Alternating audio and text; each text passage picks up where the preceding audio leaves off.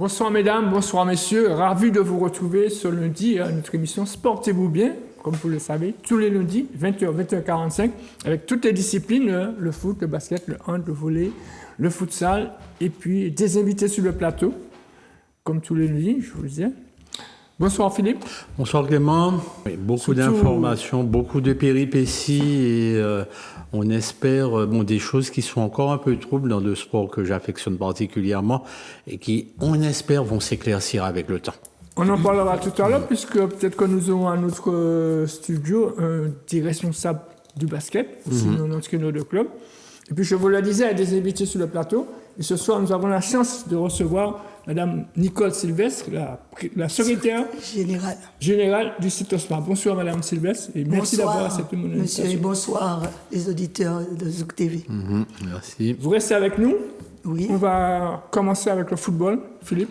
Et oui, et donc on est toujours avec les 6 majors, la 7e journée de leur championnat, où le match au sommet opposait le Golden Lion au club franciscain juste quelques jours après la finale de la Coupe Vive.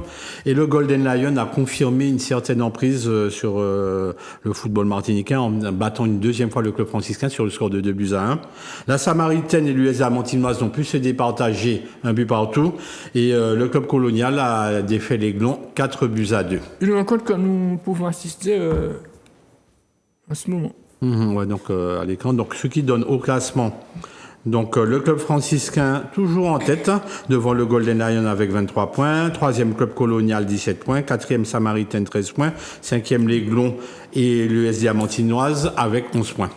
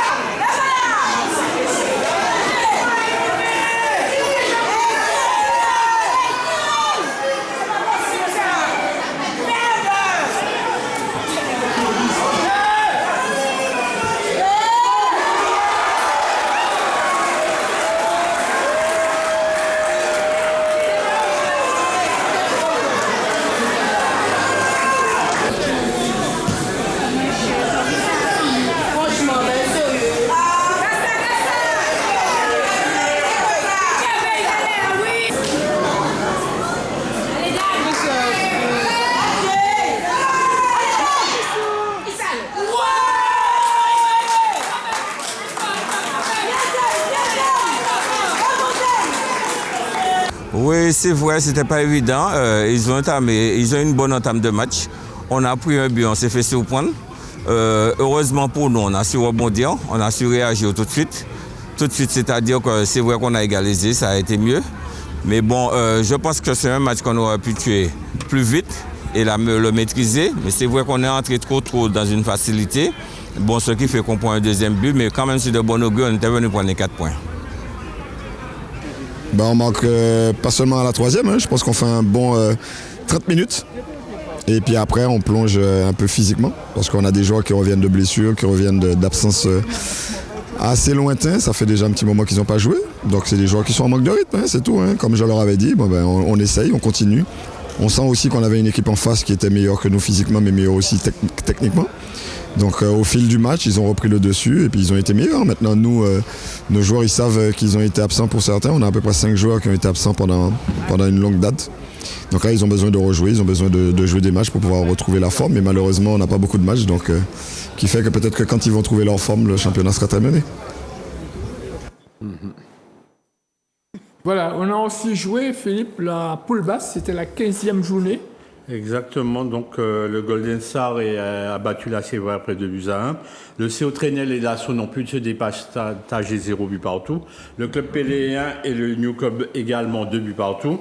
Le CSK Pilote a été surpris à domicile par le RC Saint-Joseph 2-1. Et le Good Luck également surpris à domicile par l'US Robert 2-0. Et là, c'est une longue descente aux enfers qui continue malheureusement pour le Good Luck. Donc, ce qui donne en tête le New Club avec 45 points devant le RC Saint-Joseph 43 points. Le CSK suit le 3e avec 42 points. 4e le Golden State 41 points. 5e le club Péléen 39 points. 6e l'Asso 38 points. 7e la CVR Pré 34 points. 8e l'US Robert 32 points. 9e CO Trenel 27 points. Et ferme la marche le Good Luck avec 20 points. Donc une poule basse quand même qui est extrêmement disputée. Absolument. Si le CO Trenel et le Good Luck sont déjà relégués en RO3, il reste encore, parmi les 5 places qui restent à prendre, il y a encore 8 équipes qui peuvent prétendre. La CBRP et l'US Robert qui comptabilisent 34 points et 32 points peuvent encore se qualifier pour cette poule, pour la R1. Donc c'est vrai que ça va se jouer entre le New Club, le RCCMZF, le CSK Pilote, le Golden Star, le club Péléen. Mais certaines d'autres équipes peuvent encore prétendre. Et l'Asso aussi, hein, qui est dans la oui, l'Asso aussi, hein, donc pas de souci. On a joué également en R2. Donc alors, en R2, on commence par la poule A. Donc le Sporting Club Lamantinois et l'Équerre ont fait un match très prolifique, 4 buts partout. Donc le match entre l'Hirondelle et l'Olympique ne s'est pas déroulé. Donc l'Espoir de Saint-Luc a battu la GS Eucalyptus 2-1. Donc, le CSO Quinois est allé laminer l'éveil des Trois-Îlets à domicile 8-1. Pareil pour le Stade Spiritain devant l'Entente Sainte-Anne 9-0. Donc, et le match entre le RC Rivière Pilote et le New Star ne s'est pas déroulé non plus. Donc, là aussi, classement très serré, donc en poule A, puisque le CSO Quinois est en tête avec 68 points en compagnie du club du Stade Spiritain. 3e l'Olympique 58 points, 4e le Racing Club de Rivière Pilote 52 points en compagnie de l'Éclair de Rivière Salée, 6e le Sporting Club Lamantinois 50 points en compagnie de l'Éveil des Trois-Îlets. Donc le 9e l'Entente Sainte-Anne avec 46 points. Donc suivi de la JS Eucalyptus avec 39 points. Donc et de l'Espoir de Saint-Luc. Donc l'Hirondelle est 11e avec 32 points et le New Star ferme la marche avec 29 points. Oui. Dans ce groupe-là, les 2 équipes qui sont pratiquement qualifiées, c'est le SS Bokinois qui a... Enfin, ça va se jouer peut-être la dernière journée, puisque c'est une journée pour savoir qui sera directement qualifié pour la R1 et qui fera les barrages. Oui, donc là, pour l'instant... Entre le SS Bokinois et le Stade Spiritain, bien sûr. Donc la situation n'est pas décantée, alors que peut-être qu'elle se décante en poule B, puisque bon, l'émulation et le RC Lorrain ont pu se départager un but partout. Le Réveil Sportif a dominé l'Excelsior 4-0. L'AS Mendezès a battu les Sorpré-Chantin 2-1. La Gauloise et le J. Monroe ont fait match nul 2 buts partout. L'Océanique a battu l'Étendard un but à Juno. Et puis pour la bonne bouche, on garde le plus beau résultat. L'US Riven qui lamine le Real de Tartane 6-0. Et puisque comme une bonne nouvelle n'arrive jamais seule, l'US Riven s'est un petit peu détaché Donc en tête du classement avec 12 points, devant les Sorts-Préchautin 69 points, ils ont vraiment fait coup double. Non seulement ils ont écrasé le Real de Tartane, mais en même temps, les Sorts-Préchautin a perdu un match qu'il ne fallait pas perdre, hein, contre l'AS Mondézès. Donc, troisième, le Real de Tartane, 64 points. Quatrième, l'AS Mondézès, 63 points. Cinquième, l'Émulation, 60 points. Sixième, l'Excelsior, 51 points. Septième, le Réveil Sportif, 47 points. Huitième, la Gauloise de Trinité, 46 points. Neuvième, l'Étendard, 39 points en compagnie de l'IJO Monroe. Et ferme la marche, 11e, l'Océanique avec 32 points. Et 12e, le RC Lorrain avec 23 poins. C'est vrai que la défaite de l'Essor Préchautin propulse directement l'US Riven en R1, puisque quoi qu'il arrive, lors de la dernière journée, l'US Riven sera toujours qualifié, sera toujours leader et va accéder en R1, alors que l'Essor Préchautin va disputer les barrages, soit contre le 16 Auquinois ou le Stade Puritain. La spéciale dédicace à tous les riverains Voilà. de Martinique et d'ailleurs, qui seront certainement enchantés de voir leur équipe Fagnon remonter. Ah, et justement, hein, on dit qu'il y a toujours 2 déplacements qui sont mortels, hein, dans l'élite. C'est le déplacement au Prêcheur et le déplacement à Grand-Rivière. Et il est fort possible que donc, la tradition du déplacement mortel à Grand-Rivière va se perpétrer l'année prochaine. Donc, on verra ça la saison prochaine avec, je pense, de super rencontres entre l'US Riven et les autres équipes qui seront en Régional 1. Madame Sylvestre, on revient avec vous. C'est vrai qu'il y avait l'Assemblée générale ordinaire du CETOSMA samedi matin. Alors, qu'est-ce qui s'est passé? L'Assemblée générale s'est tenue samedi matin et comme d'habitude, effectivement, nous avons pu faire le bilan de la saison passée et faire le bilan financier, bien entendu, puisqu'il faut des sous pour fonctionner, et puis voir un peu les projets que nous avons avec l'ensemble des ligues pour faire développer encore le sport à la Martinique. Alors, tout s'est bien passé. Les différents points ont été votés et je dois préciser que nous avons profité à ce moment pour valider la cooptation de 2 nouveaux membres, puisque vous savez, depuis le décès de notre ancien président Clément Marie, nous n'avions pas encore coopter une nouvelle personne. Et ensuite, notre trésorier, Franck Piot, qui était là depuis très longtemps, pour des raisons professionnelles, a posé sa démission. Donc, du coup, là, nous avons pu coopter 2 nouveaux membres qui ont été validés donc, samedi et qui sont M. Dorival, qui est membre du comité des médaillés, et M. Pomonel, qui est au comité du triathlon. Voilà. Donc ces 2 personnes étaient là et c'est avec plaisir que nous les avons accueillis et nous savons que nous allons pouvoir compter sur eux pour poursuivre notre travail. Donc, vous avez dit vous avez coopté 2 membres pour compléter le comité directeur, mais est-ce que toutes les ligues de Martinique sont adhérentes au CETOSMA? Alors, la majorité. Pourquoi? Parce que le nouveau règlement du CNOSF a fait que certains sports, donc certains comités ou ligues, ne font pas partie des sports reconnus, si vous voulez, par le CNOSF. Par exemple, nous avons un sport de chez nous qui est l'aïeul, les gommiers. Donc, ils ne sont pas membres officiellement, mais finalement, ils sont reconnus par le CETOSMA et ils sont intégrés à tout ce que nous faisons.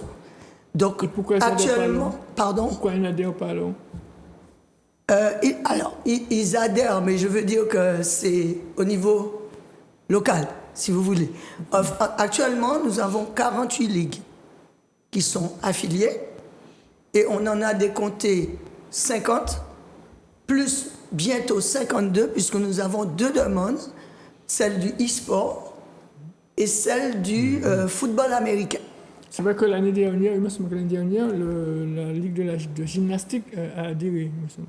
Le comité de danse. De danse, oui. Voilà. C'est-à-dire que nous avons des sports qui existaient, mais qui n'étaient pas encore reconnus comme sport olympique. Or, la danse rentre dans les Jeux olympiques. On aura, oui, le hip-hop qui participe aux Jeux olympiques. Donc, du coup, vous avez de nouveaux sports qui se sont rapprochés de nous. Et c'est avec plaisir que nous les accueillons. Alors, par rapport à ce que vous dites, Et j'ai cru comprendre que le e-sport pourrait devenir un sport olympique. Est-ce que vous le confirmez? Eh ben, il semblerait, oui, on en a entendu parler. En tout cas, apparemment, ça marche très bien, même au niveau de la Caraïbe, puisqu'on a eu l'année dernière, lors des Jeux de la Caraïbe, une équipe de Martinique qui est allée en Guadeloupe et qui a dominé. Hein? Donc, je cherche qu'à avoir un peu plus d'informations, mais il me semble que c'est en voie, justement, d'être un sport olympique. Alors, si vous deviez faire un bilan de vos activités pour le CETOSMA, quel serait-il? Alors, le bilan de l'année passée. De l'année passée, oui. Alors, effectivement, vous savez que par rapport aux 2 années précédentes, on pourrait dire que le bilan est intéressant, il est positif, puisque pendant 2 ans, nous avons vivoté comme les ligues, et l'année 2022 nous a permis de retrouver un rythme de fonctionnement, comme les ligues aussi. Et donc, nous avons pu mettre en place justement les projets que nous avions déjà préparés depuis 1 ou 2 ans.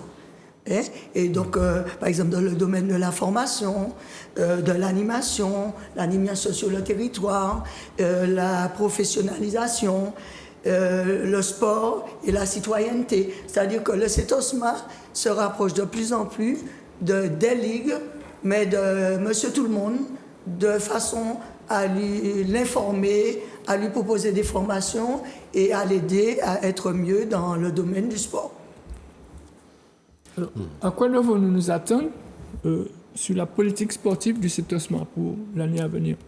Alors, le CETOSMA, justement, souhaite amplifier ce travail et dans les différents domaines, puisqu'on a quand même 4 axes qui nous sont imposés par le CNOSF. Et par exemple, au niveau du sport et professionnalisation, on essaie d'augmenter justement cette partie de formation. Parce qu'à l'heure actuelle, on ne peut plus être dans le sport comme ça. Et donc, il faut, même si on est bénévole, mais pouvoir être professionnel dans ce qu'on fait. Par exemple, on a eu la formation sur le rôle et les responsabilités des dirigeants bénévoles. Ouais, il y a eu des formations sur, justement, comment dirais-je, l'importance du projet associatif pour que justement un club ou une ligue ait un vrai projet qui lui permette de savoir où il est et où faire les demandes, etc. Donc ce sont différentes actions et je pense que nous allons amplifier cela. Je vous parlais de sport, éducation et citoyenneté. On veut effectivement permettre à tous ceux qui sont dans le domaine du sport de pouvoir savoir comment dirais-je, où aller, par exemple, pour avoir des aides, comment aider les sportifs, et puis aussi tout ce qui concerne la citoyenneté, le respect, les sportifs. D'ailleurs, on va voir si on ne peut pas se rapprocher, par exemple, des chartes du sportif. Tous ces domaines-là, afin qu'au niveau de toutes les ligues, on puisse parler le même langage et éduquer nos sportifs depuis le plus jeune âge.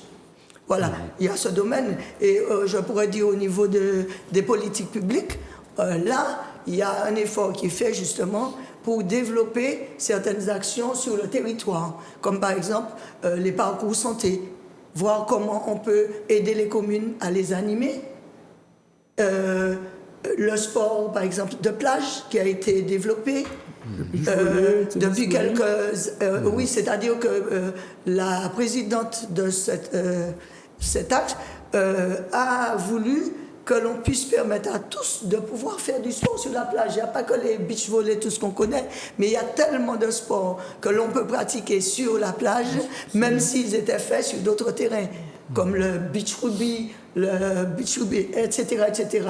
Que ce soit dans un sentiment d'animation, de plaisir, ou pour aller vers de la compétition. Vous voyez, il y a ça, et puis vous savez, on a la caravane sport jeunesse qui, depuis 3 ans, est organisée au mois de juillet et qui nous permet de faire venir des jeunes dans une trentaine de sports et sur tout le territoire depuis l'année dernière. Et on est content parce que depuis la création, il y a 2 ans, où il y avait 600 gamins, on en a compté 1700 et quelques l'année dernière. Donc ça prouve que c'est nécessaire et que justement le CETOSMA avait son mot à dire pour aider à vulgariser le sport justement sur le territoire et peut-être donner l'envie à ces jeunes, justement, d'aller s'inscrire et d'adhérer à des clubs. Alors, est-ce que les ligues se rapprochent régulièrement de vous pour les aider matériellement ou financièrement? Alors, les ligues se rapprochent de nous, effectivement, quand elles ont des besoins.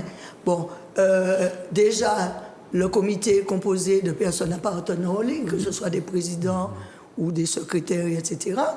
Et donc, nous travaillons avec eux, justement, puisqu'ils ont la connaissance du terrain, ils ont ça. Mais c'est vrai que les ligues se trouvent, surtout depuis 2 ans, un petit peu en difficulté. On sait très bien qu'avec le passage du Covid, avec les subventions qui ont diminué, certaines ligues se trouvent en difficulté et on a eu des demandes pour des aides ponctuelles. Et c'est vrai qu'un peu plus que l'année dernière, mais j'espère que ça va se tasser et qu'elles pourront retrouver une certaine sérénité. Vous restez avec nous, Madame Sylvestre. Nous, on va au basket. Avec la poule des As qui s'est déroulée pendant ce week-end. Ouais, donc les playoffs, oui. Alors, on ne sait presque pas par quel bout il faudra prendre les choses, parce qu'on pourra parler de l'événement sportif normal à cette période de l'année, donc boucler après la saison régulière, arriver dans les phases finales, arriver aux playoffs qui vont désigner le champion de Martinique. Mais ce qu'il y a, comme on l'avait déjà dit, des turbulences au niveau du basket martiniquais font que il sera délicat de parler directement des playoffs sans on ne pourra pas passer sous silence le fait que d'abord 2 clubs ont été exclus justement des playoffs pour ne pas avoir rempli certaines obligations. Donc avant même le commencement des playoffs.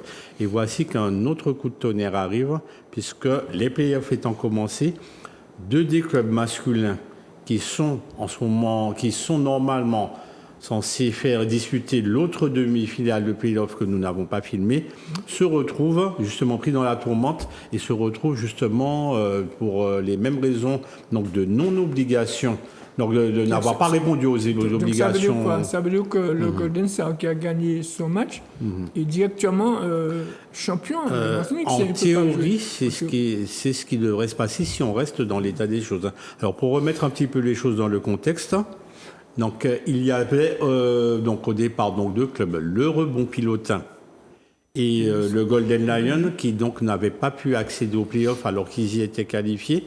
Donc n'ont pas pu accéder aux playoffs justement pour n'avoir pas répondu aux obligations de la Ligue de basket et aux obligations fédérales concernant les arbitres et les équipes de jeunes.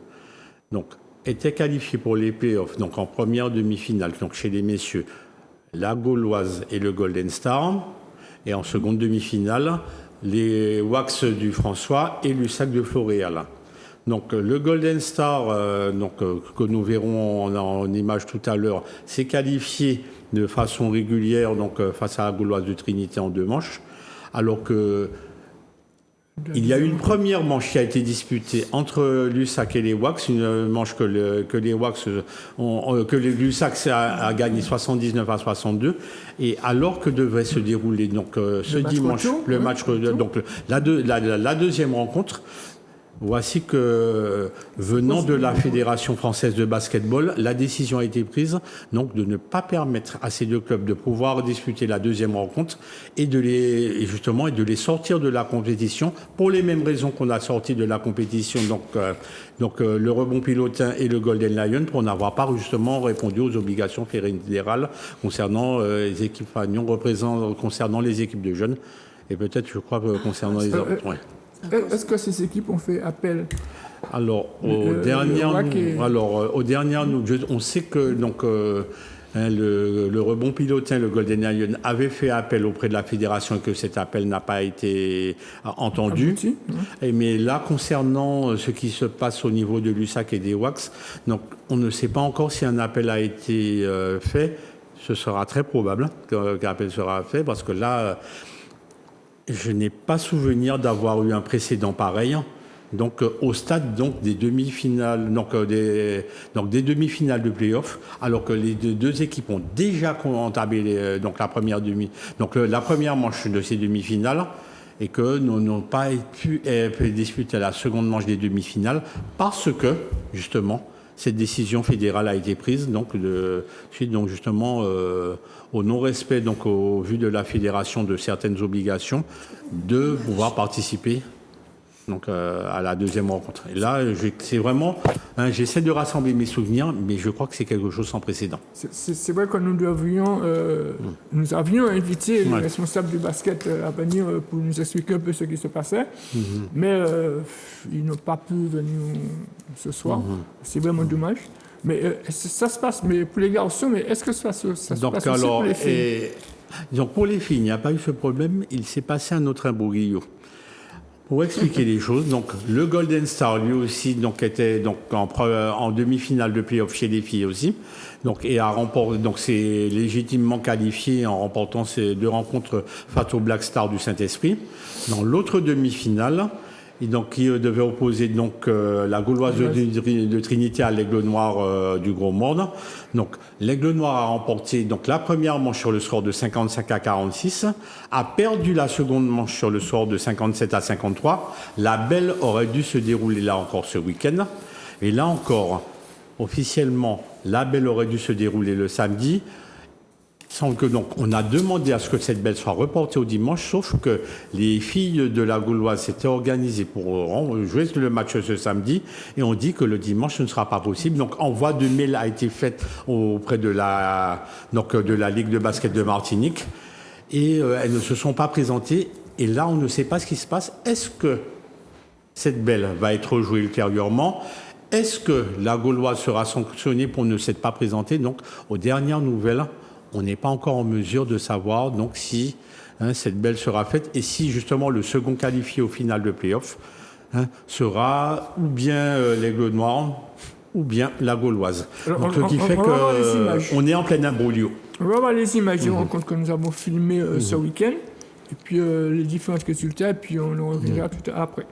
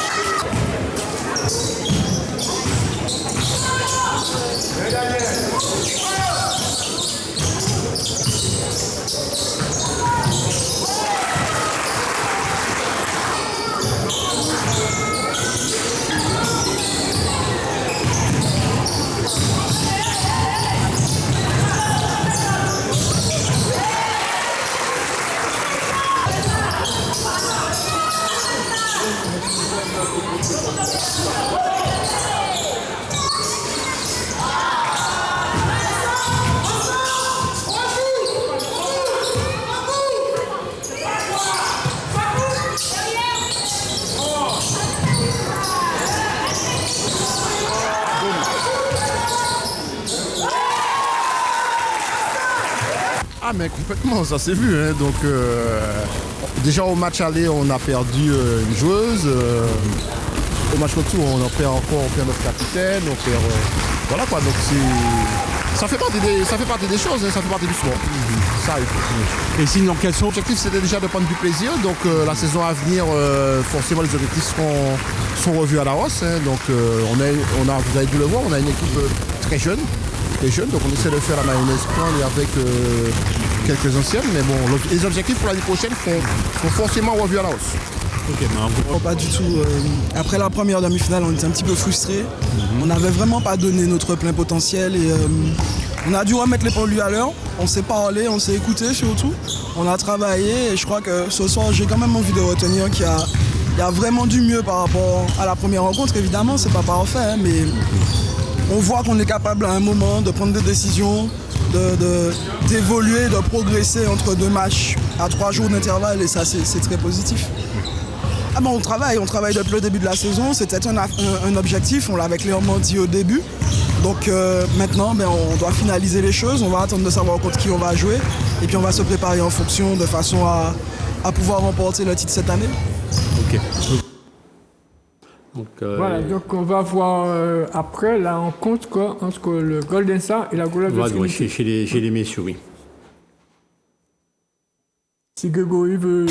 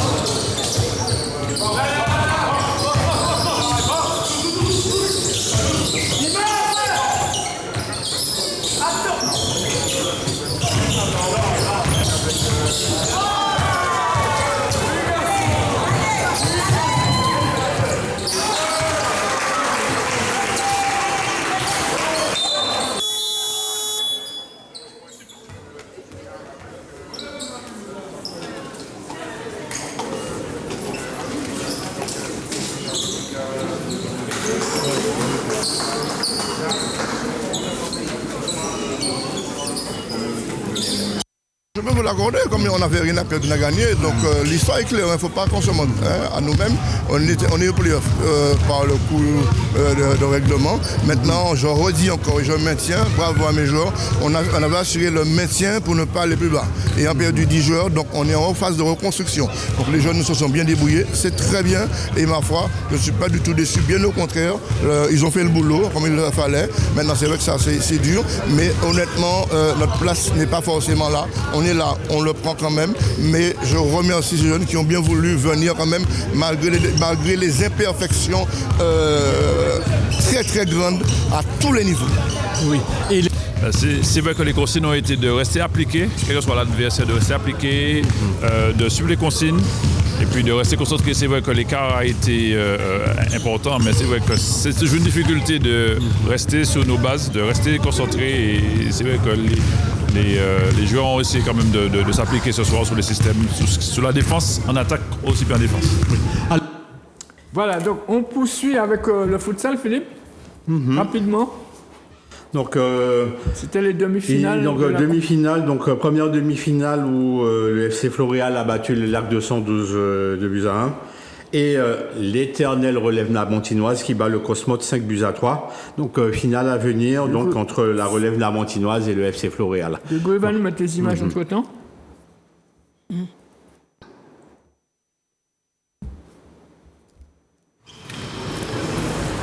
J'aurais bien aimé parler du NF.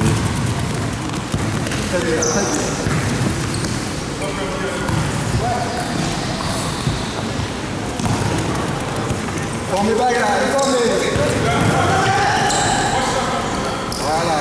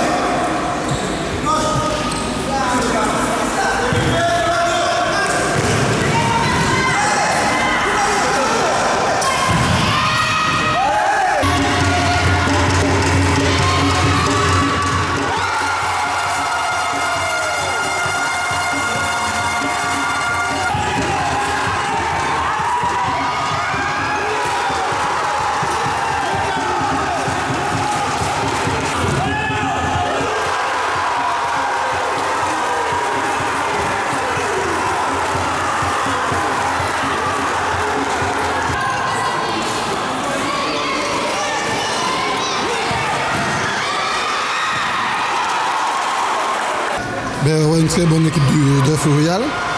Bon, en vrai, 2-0. On a marqué aussi sur une erreur. Donc le match, on va se dire, ça s'est joué sur des erreurs. Et les petits détails, c'est ça, encore des petits détails. On veut ressortir de derrière pour pas envoyer le ballon vers l'avant. Donc voilà, c'est des choses, bon, il faudra peut-être corriger pour la suite. Donc il nous reste quand même une compétition à aller chercher. Donc on va continuer à travailler. Donc nous sommes en reconstruction. On voit que ça a quand même abouti à quelque chose. On a été en demi-finale. La prochaine fois, on va travailler pour aller plus loin. C'était très difficile d'aller chercher. L'équipe adverse a opposé une défense très, très difficile. Ils avaient un beau gardien. Et bon, voilà, on a su tenir le ballon, avoir la possession. Et puis voilà, on a su mettre les buts importants. On a su bien défendre. Et puis voilà, c'est une victoire collective. Voilà, on était venu pour ça. On ne va pas lâcher la coupe, on est venu pour la gagner, on va la gagner. On va faire tout ce qu'il faudra pour la gagner, pour cette finale.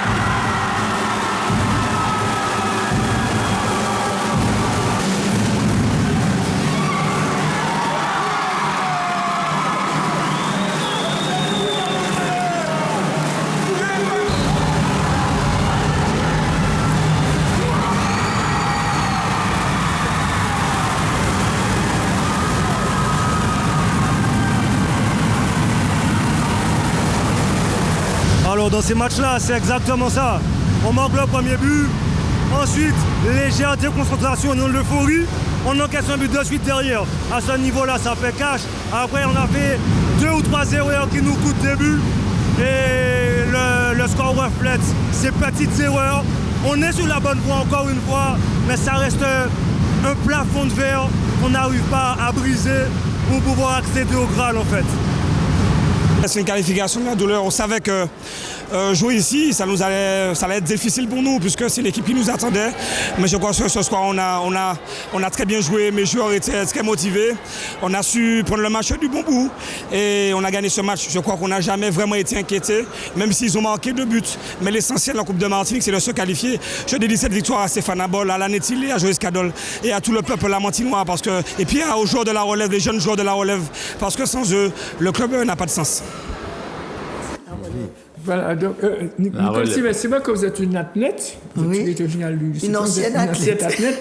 Est-ce que vous regardez aussi tous les autres sports Ah oui, j'ai été athlète, mais j'ai fait du handball, j'ai fait de la danse, et puis j'étais prof de PS. Donc forcément, en tant que prof de PS, on apprend à connaître et on s'intéresse à tous les sports. Hein? Donc c'est avec plaisir que j'ai vu toutes ces images. Voilà, le futsal, ça vous dit le futsal? Est-ce que... Ah ben oui, parce que justement, comme je disais, les sports doivent évoluer en fonction justement peut-être des besoins ou des possibilités de la population. Et moi qui étais en UNSS, le futsal existe depuis plus d'une dizaine d'années et ça a permis à certains jeunes de pouvoir jouer au foot alors qu'on n'avait peut-être pas assez pour faire une grande équipe de foot sur le terrain. Et puis chacun il trouve son plaisir, soit sur la pelouse, soit en salle. Moi, je trouve que c'est très bien. Alors Philippe, quelques résultats de hand? Alors, c'était la demi-finale, les quarts de finale de la poule des As, où donc l'ensemble de MEG a battu l'Aiglon 32-15. L'Arsenal a largement dominé le Girodoute 39-16 chez les dames. Et chez les messieurs, l'Espoir de Floréal a sorti le Réveil sportif 23-20. Pendant que l'USI Sutron sortait le Club Sport 33-27. On a joué aussi au volley ce week-end, puisque les perdants des quarts de finale jouent en ce moment les barrages, et les 2 qualifiés accéderont en excellence, et les 2 perdants vont descendre en première division. Alors oui, les barrages qui gardent tout leur suspense, puisque le match entre le Good Luck et la mairie sportive ne s'est pas encore déroulé, alors que le FEP Nodine Monesi a battu l'Aiglon 3-7-0. Donc pour un classement qui est encore très provisoire dans la mesure où le match Good Luck mairie sportive ne s'est pas déroulé. Donc seul le FEP Monesi a marqué 3 points et les autres équipes sont restées à 0 points. On revient avec vous, Madame Nicole Sylvestre. Alors, quels sont les grands événements que l'on pourrait voir durant la saison? Alors justement, pour compléter justement le projet sportif, il était important que l'on signale que le CETOSMA encourage et accompagne beaucoup le sport à l'international. Depuis quelques années, nous avons des ligues qui déjà participaient à des compétitions internationales, mais maintenant nous sommes rentrés dans des grandes organisations comme la CACSO, etc. Et donc, justement, vous avez les Jeux de la CACSO qui vont se faire au Salvador bientôt. Vous avez les Jeux de la Caraïbe, comme je dis, qui se sont déroulés l'année dernière en Guadeloupe pour la première édition, mais qui vont se faire dans un pays d'Amérique du Sud bientôt. Nous avons bientôt un départ des Jeux des îles, ce sont les jeunes de moins de 15 ans. Donc vous voyez, on essaie justement de permettre à tous ces jeunes d'aller toucher au sport à un plus haut niveau et justement encourager la pratique par cela, parce qu'il faut quand même avoir un petit peu début ou sentir que le travail amène à quelque chose. Hein? Et puis vous récompensez aussi ces sportifs, ces bénévoles, par des soirées. Ah oui, alors effectivement, nous avons pu faire la soirée habituelle, traditionnelle de la Nuit des Champions, à laquelle on a changé la forme. Au lieu de faire une soirée de gala, c'est vrai que nous avons fait une soirée au Grand Carbet, où effectivement nous avons souhaité à ce moment-là vraiment nous intéresser aux sportifs. Là, c'était vraiment tous les sportifs. D'ailleurs, ils ont beaucoup apprécié et ils nous ont remerciés parce que tous ceux qui étaient proposés par leur ligue ont été invités, ont reçu une récompense et sont montés sur le podium. Donc, ça a été vraiment la nuit des champions, la nuit des sportifs.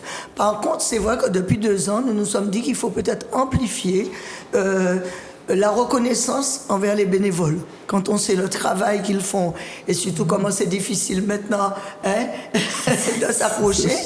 Donc, l'année dernière, nous avons profité justement pour mettre les bénévoles à l'honneur puisqu'il n'y avait pas de réelle nuit des champions. Et cette année, nous allons poursuivre et nous avons donc séparé les 2 manifestations. Et donc, d'ici quelques temps, nous aurons une réception avec nos bénévoles pour les remercier et les encourager à poursuivre dans leur voie. Voilà, le temps qui nous est réparti est presque arrivé. Dites-moi, c'est vrai qu'en 2024, Paris et la France organisent les Jeux Olympiques. Et on sait que la flamme olympique va transiter par la Martinique. Où se trouve-t-elle en ce moment ?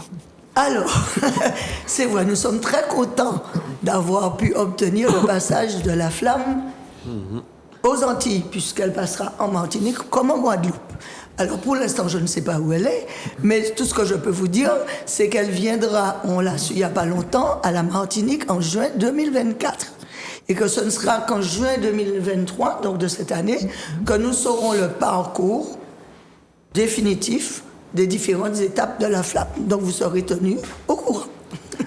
Une dernière question. On sait que la nouvelle maison de sport doit se trouver autre part. Ce sera pour quand et où ?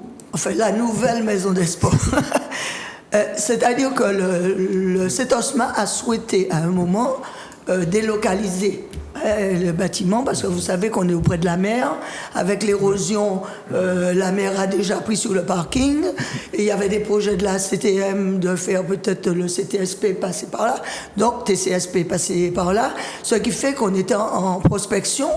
Et au moment où justement l'habitation Saint-Raphaël, qui se trouve à Thierville, était en vente. Donc, le président a fait des visites avec quelques élus.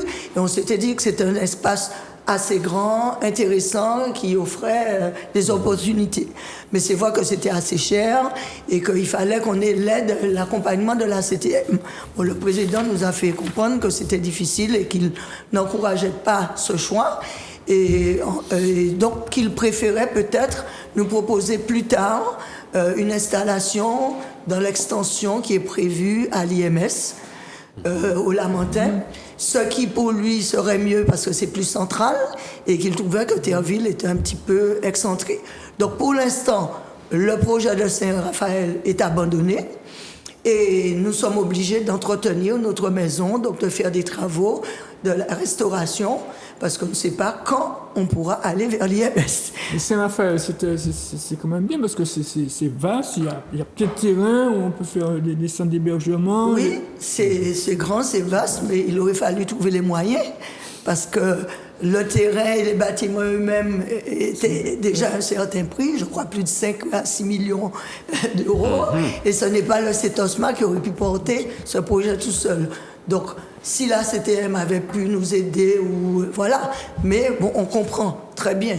Donc, nous allons attendre une autre opportunité, et éventuellement, effectivement, quand on nous fera signe vers l'IMS.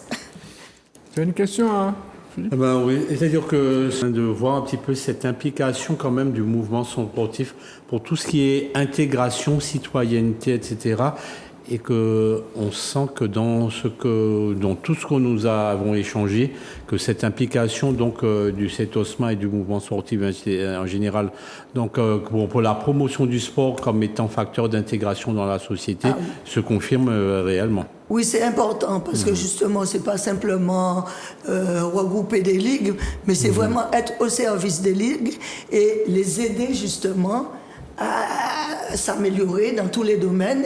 Et donc, nous essayons, comme j'ai dit, de faire des formations. Nous avons eu une matinée de réflexion pendant laquelle, un samedi, nous avons discuté de sujets qui interpellent sur le prix des billets d'avion ou sur les installations sportives, par exemple, la mise à disposition, l'état du jour. Donc, on est vraiment dans une démarche d'accompagner et d'avoir des résultats positifs pour que le sport se porte bien et que nos sportifs puissent travailler dans de bonnes conditions.